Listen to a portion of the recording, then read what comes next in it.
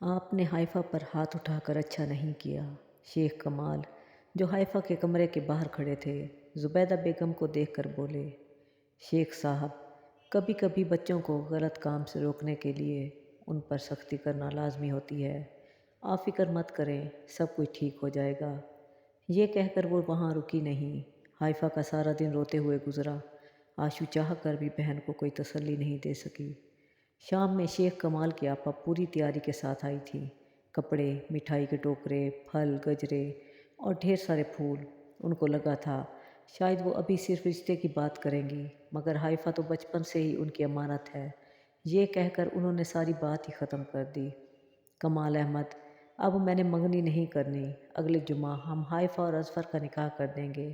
اظفر 3 مہینوں کے لیے اسلام آباد جا رہا ہے۔ ویسے بھی ہم نے کون سا زیادہ لوگوں کو بلانا ہے، کیا خیال ہے؟ انہوں نے پوچھا۔ وہ تو ٹھیک ہے آپا، مگر… جی آپا، بالکل ٹھیک ہے۔ جیسا آپ چاہتی ہیں ویسا ہی ہوگا۔ اس سے پہلے کہ شیخ کمال اپنی بات پوری کرتے، زبیدہ بیگم نے آپا کی ہاں میں ہاں ملائی۔ شیخ کمال زبیدہ بیگم کو دیکھتے رہ گئے۔ تو بس پھر اب حائفہ تمہارے پاس میری امانت ہے۔ یہ کہہ کر انہوں نے حائفہ کے ہاتھ پر 50,000 روپے رکھے اور اس کے سر پر لال رنگ کا دوپٹہ اڑا دیا اور اپنے ہاتھ سے 2 سونے کے کنگن اتار کر اس کی کلائی میں پہنا دیے۔ حائفہ خاموشی سے یہ سب ہوتے دیکھ رہی تھی۔ اب تو اس کی آنکھوں کے آنسو بھی خشک ہو گئے تھے۔ اس کی خاموشی کو سب نے ہی نوٹ کیا تھا، مگر زبیدہ بیگم نے اس کی طبیعت کی خرابی کا بتا کر سب کا وہم دور کیا۔ کچھ اس کی شرمیلی طبیعت نے بھی اس کی لاج رکھ لی تھی۔ کمال احمد، اب اپنی ناراضگی ختم کرو ریان سے۔ اسے اب معاف کر دو، بچوں سے غلطی ہو جاتی ہے۔ وہ بھی پاکستان آئے، بہن کی خوشی میں شامل ہو۔ انہوں نے بھائی کو سمجھایا۔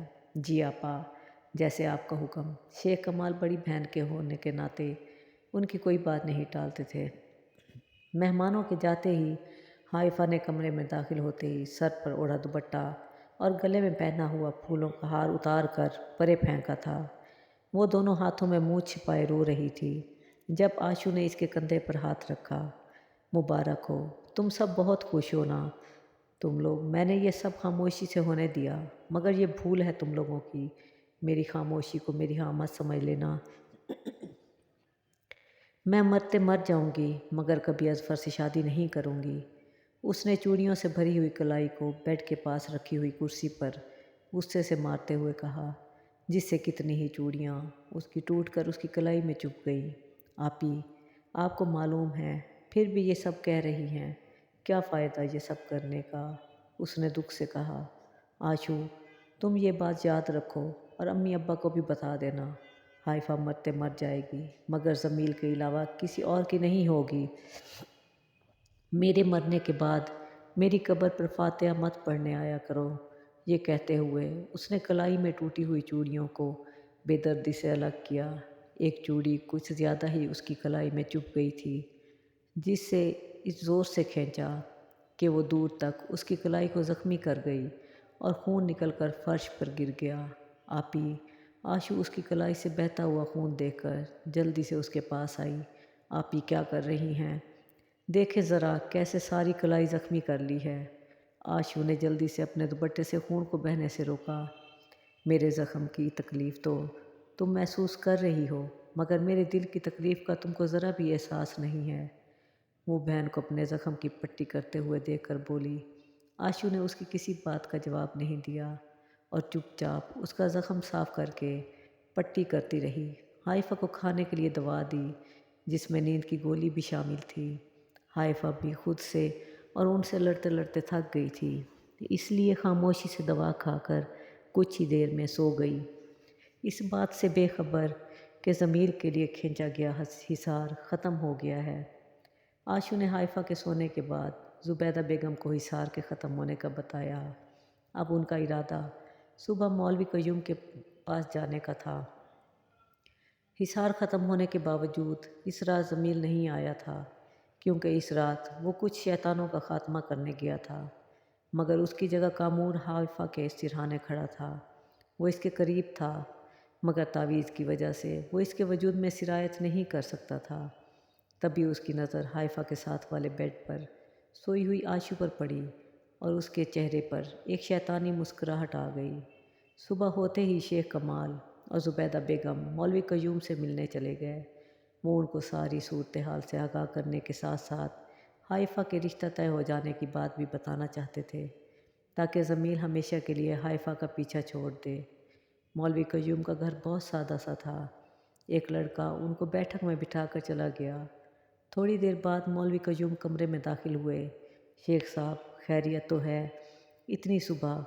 उन्होंने शेख कमाल से मुसाफिया करते हुए पूछा। जी मौलवी साहब, खैरियत नहीं है।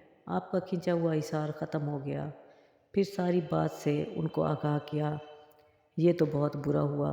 मैं चाहता था कि मुझे इस मसले को हल करने के लिए कुछ वक्त मिल जाता।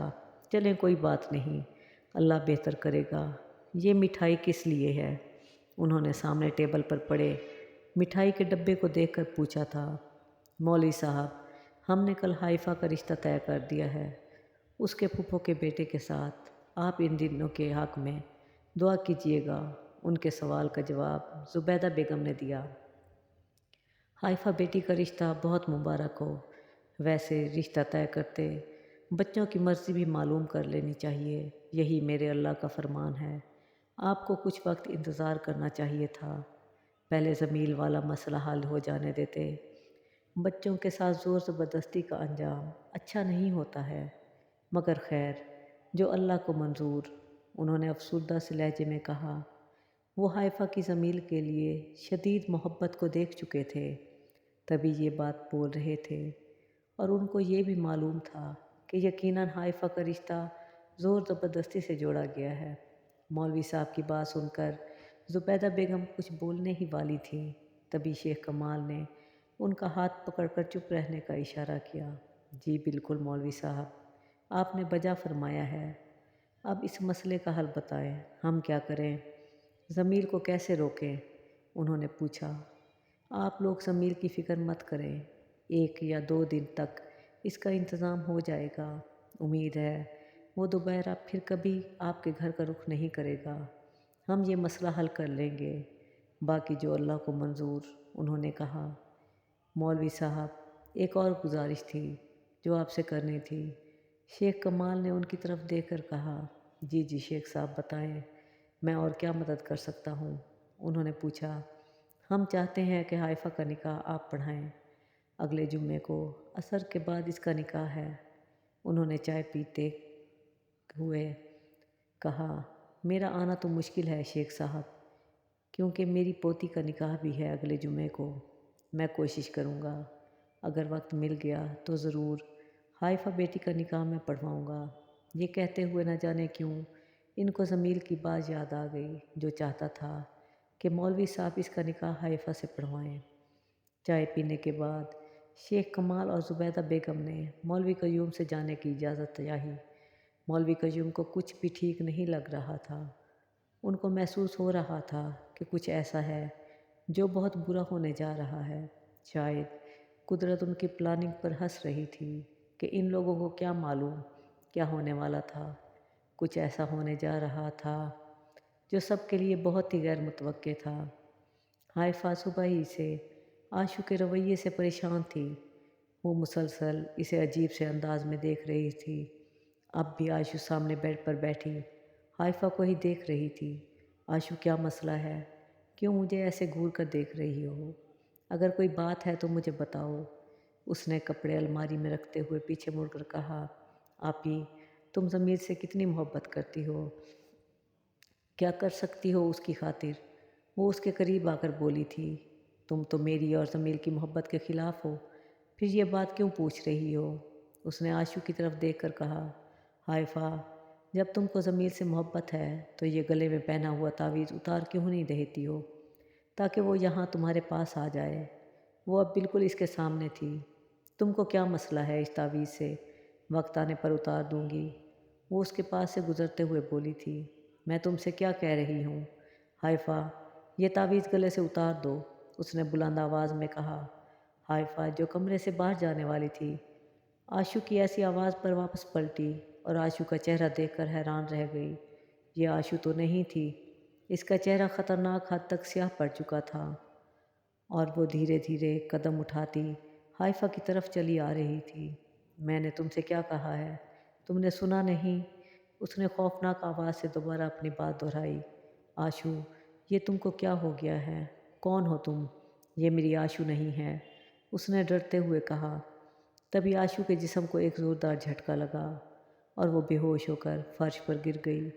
حائفہ بھاگ کر اس کے پاس گئی۔ آشو میری پیاری بہن، کیا ہوا ہے؟ اپنی آنکھیں کھولو۔ وہ دونوں ہاتھوں سے اس کے چہرے کو اپنے ہاتھوں میں لے کر اس کو جگانے کی کوشش کرنے لگی۔ تبھی اسے اپنے پیچھے کسی کی موجودگی کا احساس ہوا۔ اس نے پیچھے مڑ کر دیکھا تو خوف سے اس کی چیخ نکل گئی۔ سیاہ لباس میں ملبوس وہ شخص انتہائی خوفناک چہرہ لیے اس کے سامنے کھڑا تھا۔ سیاہ چہرہ جس پر سرخ انگارہ آنکھیں جن سے آگ نکل رہی تھی۔ یہ تعویذ اپنے گلے سے اتار دو ورنہ تمہارا انجام اچھا نہیں ہوگا، وہ غصے سے برایا تھا۔ نہیں، میں یہ تعویذ بالکل نہیں اتاروں گی، اس نے خوف زدہ ہوتے ہوئے کہا۔ تو ٹھیک ہے، پھر اپنے انجام کو تیار ہو جا۔ اتنا کہہ کر کامور نے اپنا ہاتھ فضا میں بلند کیا اور کمرے میں کتنے ہی گدھ نما پرندے نمودار ہو گئے اور حائفہ کی طرف بڑھنے لگے۔ حائفہ خوف کے مارے دھیرے دھیرے پیچھے ہٹ رہی تھی اور دل ہی دل میں اللہ سے مدد مانگ رہی تھی۔ یا اللہ میری مدد فرما۔ پھر اس نے اونچی آواز میں ضمیر کو پکارا تھا، حالانکہ وہ جانتی تھی کہ ضمیر پر حصار کھینچا ہے، مگر ساتھ ہی وہ اس بات سے بے خبر تھی کہ کل رات وہ حصار ٹوٹ چکا ہے۔ اس سے پہلے وہ گدھ نما پرندے اس پر حملہ کرتے، اس نے ڈر کے مارے آنکھیں بند کر لیں اور پھر اگلے ہی لمحے کمرے میں یوں لگا جیسے کسی نے کوئی چیز اٹھا کر پھینکی ہو۔ اس نے ڈرتے ہوئے اپنی آنکھیں کھولیں تو کمرے کا منظر دیکھ کر حیران رہ گئی۔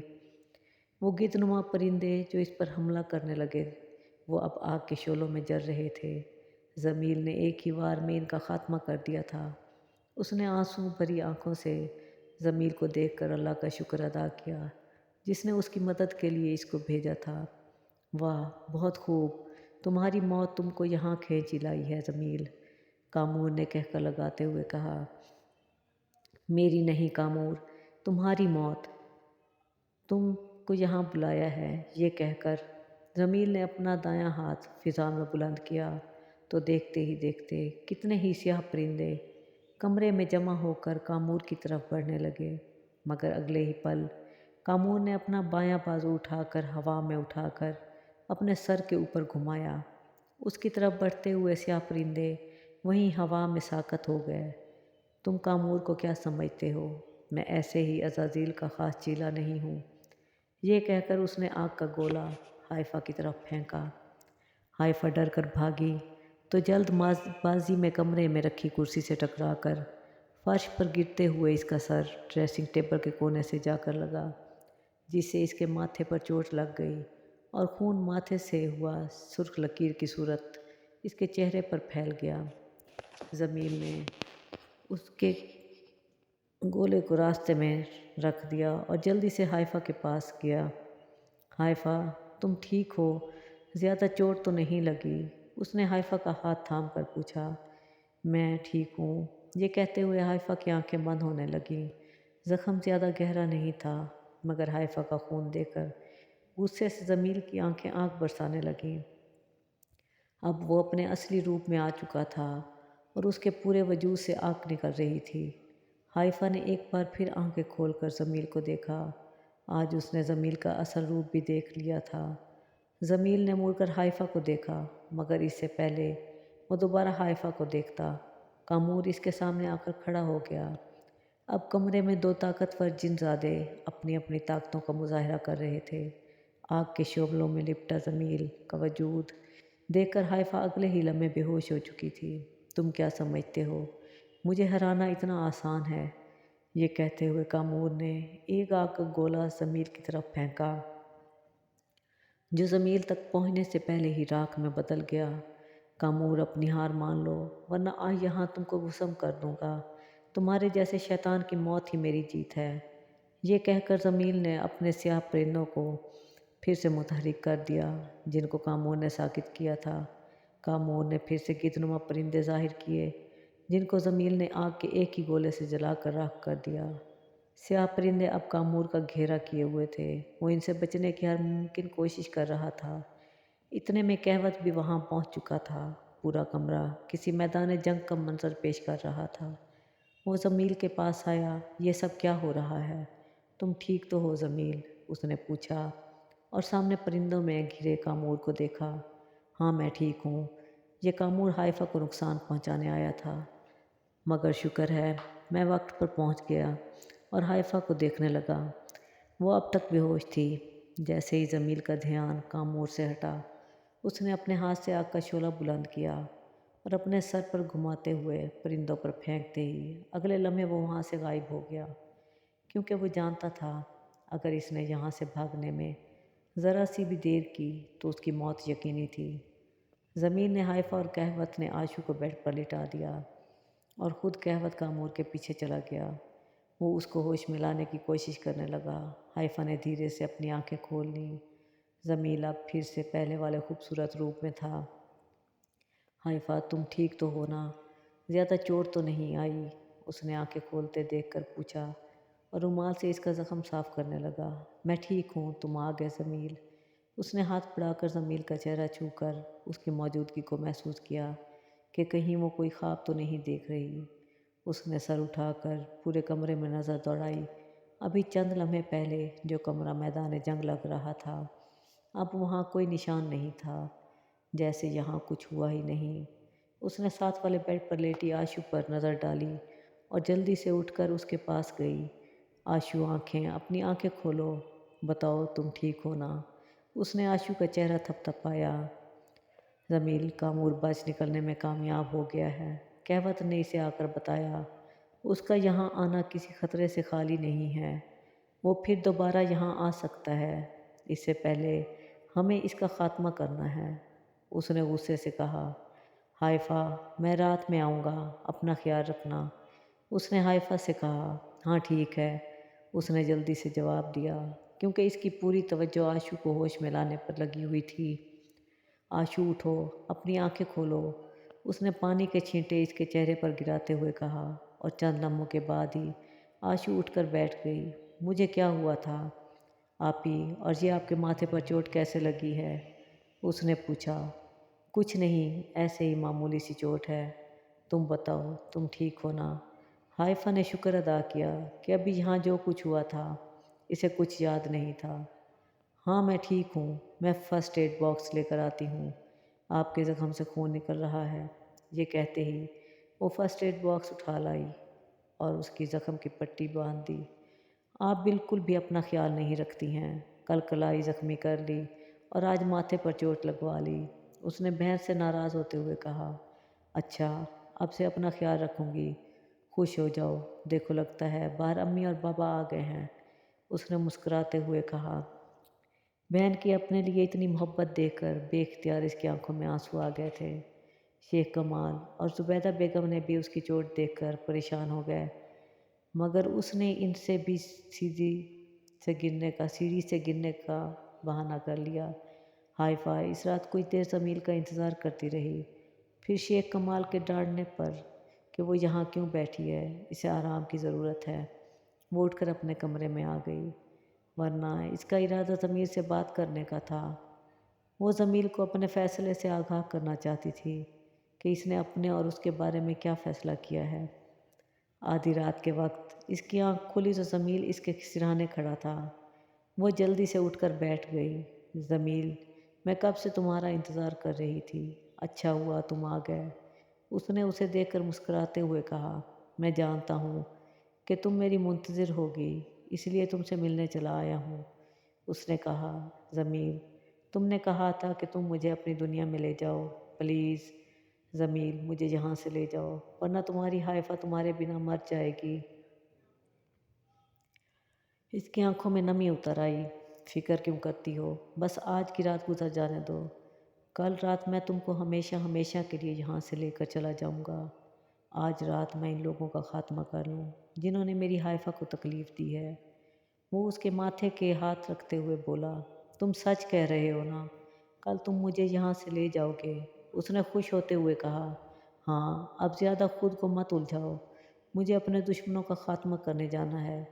अब तुम अपनी आंखें बंद करो और सो जाओ। उसने आगे बढ़कर इसके माथे पर बोसा दिया। हाइफा ने मुस्कुरा कर इसे देखा और अपनी आंखें बंद कर लीं और ये कहकर वहाँ से गायब हो गया। हाइफा को सुला कर आने के बाद अब जमील छत पर आ गया था। वो जानता था कि कामूर फिर पलट कर वार करेगा। वो इससे बात करना चाहता था। तभी इसको अपने पीछे किसी की मौजूदगी का एहसास हुआ। मुझे मालूम था आज तुम दोबारा फिर यहाँ ज़रूर आओगे। सोचा तुमसे यहीं पर बात कर ली जाए। कामूर ने इसके सामने आकर कहा, मुझे भी तुमसे बात करनी है। तुम्हारी दुश्मनी मेरे साथ है, मगर तुमने इसमें हाइफा को शामिल करके उसे तो तकलीफ़ पहुँचा कर अच्छा नहीं किया। इसने घुराते हुए कहा, हाँ जानता हूँ, मगर मैं क्या करूँ? मैं मजबूर हूँ। जिसने मुझे कैद किया हुआ है वो चाहता था कि मैं ये सब कुछ करूँ और तुमको किसी न किसी तरह अपने जाल में फांस लूँ। तुम मेरे साथ डील कर लो, मैं यहाँ दोबारा कभी नहीं आऊँगा। उसने कहा, कैसी डील और कौन है वो जो मुझ तक पहुँचना चाहता है? उसने कहा, मैं तुमको उस इंसान तक ले जाऊँगा, वो मुझे आज़ाद करेगा, तुम इसे ख़त्म कर देना, मैं भी इस कैद से आज़ाद हो जाऊँगा और फिर कभी तुम्हारे रास्ते में नहीं आऊँगा और तुम भी अपनी हाइफा के साथ रहना। मुझे इससे कोई सरोकार नहीं, मुझे बस अपनी आज़ादी वापस चाहिए। कामूर ने कहा, तुम्हारी डील मुझे मंजूर है, ज़रा मैं भी तो इस इंसान को देखूं जिसने तुम जैसे शैतान को अपने काबू में किया हुआ है। ये कहकर वो दोनों वहाँ से गायब हो गए।